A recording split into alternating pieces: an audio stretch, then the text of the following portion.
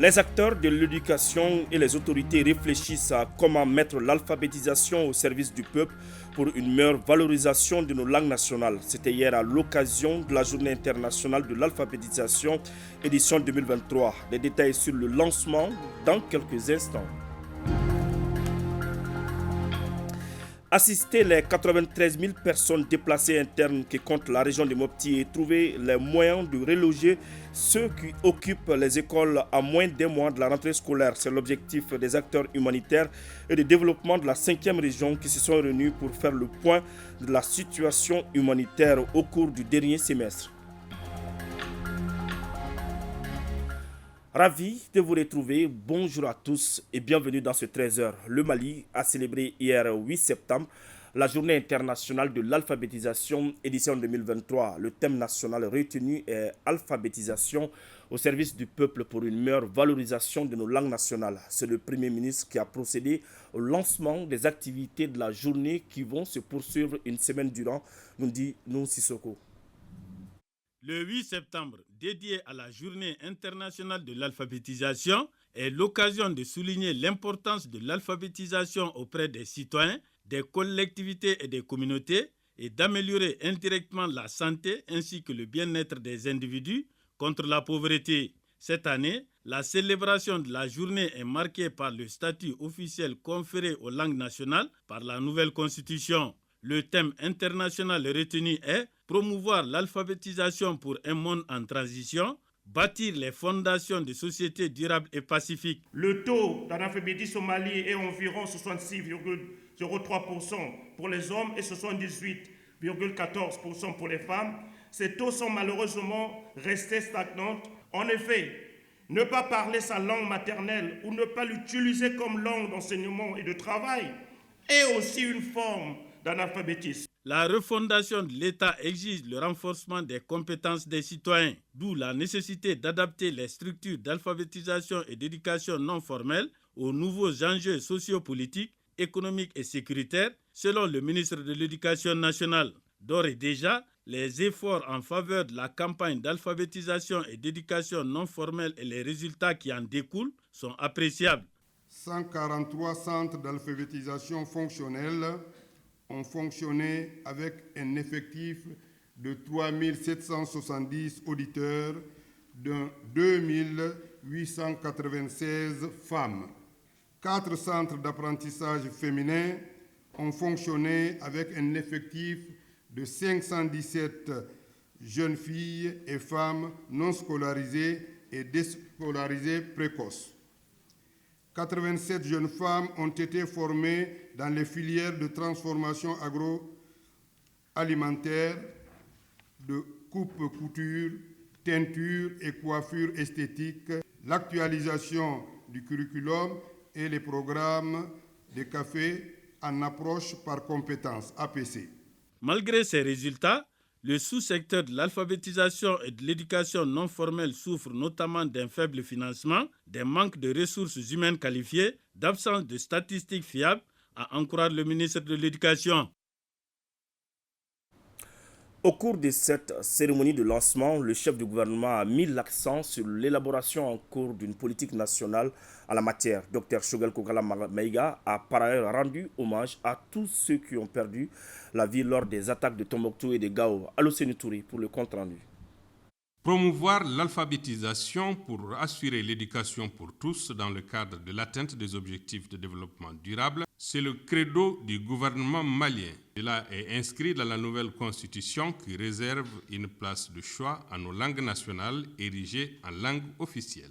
Pour honorer cet engagement, le gouvernement a pris des mesures pour mettre en œuvre la politique de l'éducation non formelle à travers un programme vigoureux d'alphabétisation, de diversification de l'offre de l'éducation non formelle, l'élaboration des curricula adaptés et du matériel didactique y afférent pour les différentes structures de l'éducation non formelle, ainsi que l'intégration de l'alphabétisation dans tous les projets et opérations de développement.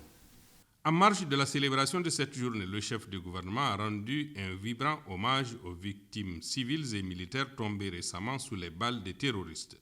Je voudrais vous demander de prier avec moi pour que nos citoyennes et citoyens qui ont perdu leur vie dans ces événements malheureux aient leur âme qui repose en paix. Vous savez, toutes les nations, à des tournants historiques de leur vie, pour se construire, sacrifient des enfants. Les Maliens aujourd'hui retrouvent chaque jour de plus leur fierté et leur dignité. Je suis convaincu que cette bataille historique, ce virage politique et stratégique que notre peuple est en train de prendre, et beaucoup d'autres peuples africains nous suivent, grâce à notre armée, ce virage-là, nous allons le gagner. Cette bataille sur le terrorisme, le peuple malien va le gagner. La liberté, la dignité du peuple malien n'ont pas de prix. Elles ont un coût humain, matériel, financier, que nous sommes décidés à faire payer. Et le peuple malien va le payer et gagnera la bataille. Le Premier ministre a également assuré de la détermination du gouvernement et des forces armées à relever le défi de la sécurité. Le jeudi 7 septembre, une attaque contre le bateau Tombouctou dans le cercle de Bamba a fait plusieurs morts et des blessés. Et hier, c'est le camp de Gao qui a été attaqué. Face à ces attaques, la hiérarchie militaire appelle la population au calme et rassure que les forces de défense et de sécurité sont au service de la population pour défendre chaque centimètre du territoire national. Pour plus de détails, écoutons le général de division Oumar Diarra, le chef d'état-major général des armées. Il était hier soir l'invité du journal de 20h de ORTM. Il répond aux questions de Salima Tandao. Chaque fois quand les femmes font des pressions sur les terroristes n'ont d'autre solution que de se rabattre sur les populations pour essayer de mettre en mal l'action des forces armées maliennes. L'explication peut être aussi du côté des Bers. Depuis que nous les avons chassés des Bers, ils sont en démadane, ils sont en errance aujourd'hui. Donc tous les coups sont bons pour se faire entendre. Il faut aussi comprendre que la pression des femmes sur les GAT, ils n'ont plus de sanctuaire. Aujourd'hui, ils sont recherchés, ils sont traqués et ils n'ont plus d'autres modes d'action que de poser des agents explosifs improvisés le long des axes, viser des cibles molles des forces armées maliennes comme à Dialakourba avant-hier. On n'a pu que circoncire pratiquement les assaillants ont été neutralisés à ce niveau de harcèlement et surtout les pressions sur les populations civiles caractérisées par des tentatives de restriction des activités socio-économiques des populations. On a parlé de blocus, parti voilà. Et tout ça, c'est sur des attaques directes, à l'instar de ce qui s'est passé avec le bateau Tombouctou, dont la majorité des victimes sont des femmes et des enfants. Alors, mon général, on parle également de blocus autour de Tombouctou. Qu'en est-il réellement sur le terrain? Est-ce que la situation est sous contrôle? Bon, moi je dirais, parler de blocus, c'est trop dire. Moi je dirais, il n'y a pas de blocus, il n'y a pas d'étouffement d'une localité ou d'une autre. Il est évident que les groupes armés terroristes sont complètement désorganisés aujourd'hui et cherchent à se faire entendre. Donc, un climat de piscose qui est là. Donc, les simulacres de blocus qui sont passés par là. Actuellement, pour justifier ce que j'ai dit, actuellement, pratiquement, les femmes patrouillent entre Ber et puis Ber et Tombouctou sans problème. Donc, tous les mouvements sur cet axe.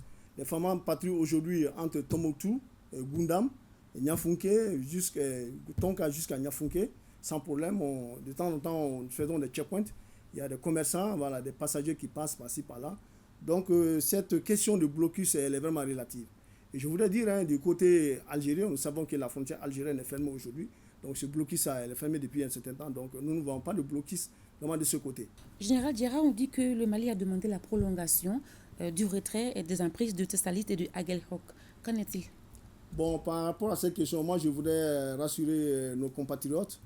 Et je voudrais dire que la MINUSMA a adressé une note verbale au gouvernement du Mali pour demander le décalage de la rétrocession des empires de Tessalit et de Aguelhok pour des contraintes logistiques et météorologique. D'accord. Avec le Tchad, on sait qu'actuellement, la rétrocession des empires de Tessalit et de Aguelok qui sont occupés par les Tchadiens, il y a un convoi important tchadien qui est en mouvement vers le Mali, un convoi qui est chargé du désengagement des forces armées tchadiennes à partir de Tessalit. Donc ce convoi sera aux environs du Mali, aux environs du 18 et du 20 septembre, d'après la note verbale que l'administration a décalé un décalage.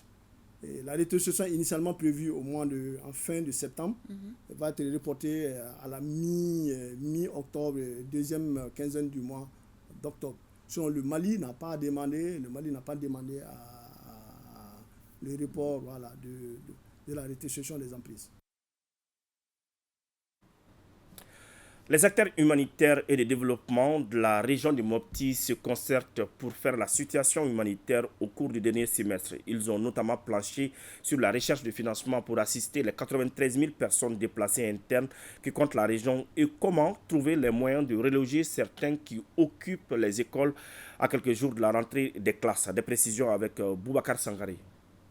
Ce comité régional de coordination humanitaire et de développement a pour but de faire le bilan des activités réalisées de mars à août 2023, de relever les défis auxquels les acteurs humanitaires sont confrontés et de faire des recommandations pour une meilleure assistance humanitaire. Actuellement, nous avons 93 000 personnes déplacées dans la région de Mopti. Entre la période d'avril et août 2023, il y a eu une légère augmentation de personnes déplacées, mais nous avons l'espoir qu'avec les efforts des uns des autres, les acteurs humanitaires, les acteurs de développement et les acteurs de consolidation de la paix, nous allons relever ces défis et stabiliser ces mouvements qui continuent. Mais déjà, au cours du dernier semestre, les acteurs humanitaires ont réalisé plusieurs activités, au nombre desquelles le renforcement des actions de transfert monétaire au profit des femmes et la réalisation des fourrages équipés pour les victimes de l'attaque du 22 avril à Sarema. Malgré ces réalisations, des défis restent à relever. Le coût approximatif est d'environ 300-400 millions de francs CFA. Il s'agit de la réhabilitation des infrastructures, de la réhabilitation des moyens de subsistance qui ont été détériorés. Nous avons connu des occupations d'écoles par des déplacés internes dans certaines localités, notamment à Soufroulaye, Sofara, Madjama et Djéné. Nous sommes à quelques semaines de la rentrée scolaire et nous avons donné l'alerte pour que les autorités locales puissent prendre les dispositions. Face à cette situation, les acteurs humanitaires ont formulé plusieurs recommandations, dont le renforcement des actions de mobilisation, des ressources pour appuyer les actions de développement durable. Toujours à Mopti, la coalition malienne pour les droits de l'enfant et ses partenaires font la promotion et la protection des droits de l'enfant à Mopti. Ils viennent en effet d'initier un atelier à l'intention des hommes des médias. L'initiative s'inscrit dans le cadre du projet de renforcement des capacités de la société civile sur les droits de l'enfant. Idrissa Keïta pour le compte rendu. Une vingtaine d'hommes de médias issus de la presse publique et privée de Mopti à l'école de la protection des droits de l'enfant dans la région.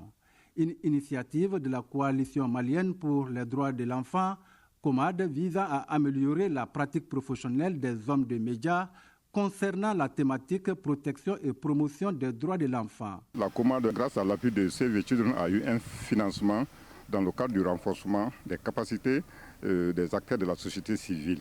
On sait que les médias jouent un rôle très très important. C'est pourquoi il faut renforcer la capacité aussi des professionnels de la presse en matière de protection des droits de l'enfant. Au menu de 2 jours d'atelier, plusieurs modules dont les concepts de protection des droits de l'enfant, la charte des professionnels des médias sur les droits de l'enfant et les cadres juridiques. On attend aux participants de ressortir un plan d'action qui va prendre en compte la promotion et la protection des droits de l'enfant par rapport à l'organisation des émissions radiophoniques et télé, par rapport aux activités et d'animation aussi des micro-trottoirs.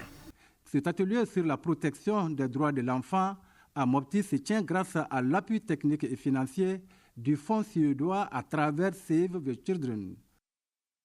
Maintenant, cap sur Sikasso, où a été donné le coup d'envoi de la 4e édition du camp biblique des enfants du district de Sikasso. Pendant une semaine, 187 participants vont apprendre les enseignements bibliques, la prière, la méditation matinale, les jeux et les louanges. Le thème central de cette année est « L'enfant doit obéir à la parole de Dieu ».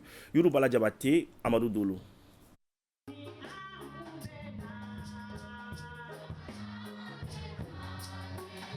C'est le chant religieux chrétien qui a donné le coup d'envoi des activités de la 4e édition du camp biblique des enfants du district de Sikasso, une activité dont le thème retenu cette année est « L'enfant doit obéir à la parole de Dieu ». Ce thème est donc une invitée à la méditation de la parole de Dieu. D'autres sous-thèmes seront traités également pour que, durant ce camp biblique, des prières et bénédictions soient faites pour notre cher pays. Le camp junior de l'école de dimanche devient de plus en plus un événement important dans le district de Sikasso. Pendant une semaine, les 187 participants vont apprendre les enseignements bibliques, la méditation matinale, les jeux et les louanges. La vision des plus hautes autorités de ce pays, qui est de former les citoyens de notre Malikura depuis la tendre enfance. Nous avons donc le devoir de former et de suivre ces enfants qui sont les futurs leaders de notre pays, afin qu'ils grandissent dans un environnement sain pour être des citoyens plus intégrés, plus engagés et plus patriotes. Rappelons que ces activités rentrent dans le cadre de la commémoration des 100 ans de l'Église chrétienne du Mali. Retour à Bamako, les ressortissants béninois au Mali disposent désormais de leur carte biométrique. Cette opération s'inscrit dans la dynamique d'inviter les Béninois hors du pays à s'enrôler, nous dit notre reporter Adama Traoré. Les données biométriques sont des données à caractère personnel car elles permettent d'identifier une personne. C'est pourquoi les Béninois résidant au Mali viennent de recevoir leur carte biométrique, cela au cours d'une opération de distribution initiée par le Consul général du Bénin dans notre pays. L'opération a concerné les Béninois qui se sont fait enrôler.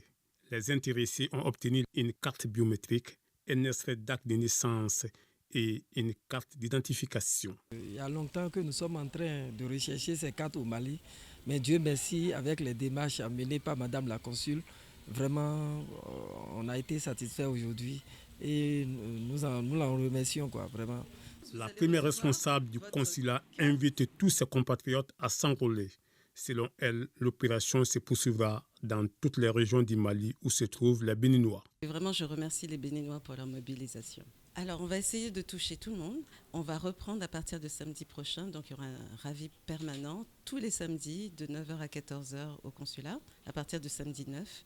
Et une fois qu'on aura fini avec Bamako, on va aller à l'intérieur du pays, aller nous-mêmes rencontrer les Béninois qui n'ont pas pu venir jusqu'à Bamako. Et donc, on va aller à Sikasso, Koutiala, Ségou, à Gao. Il y a beaucoup de Béninois aussi.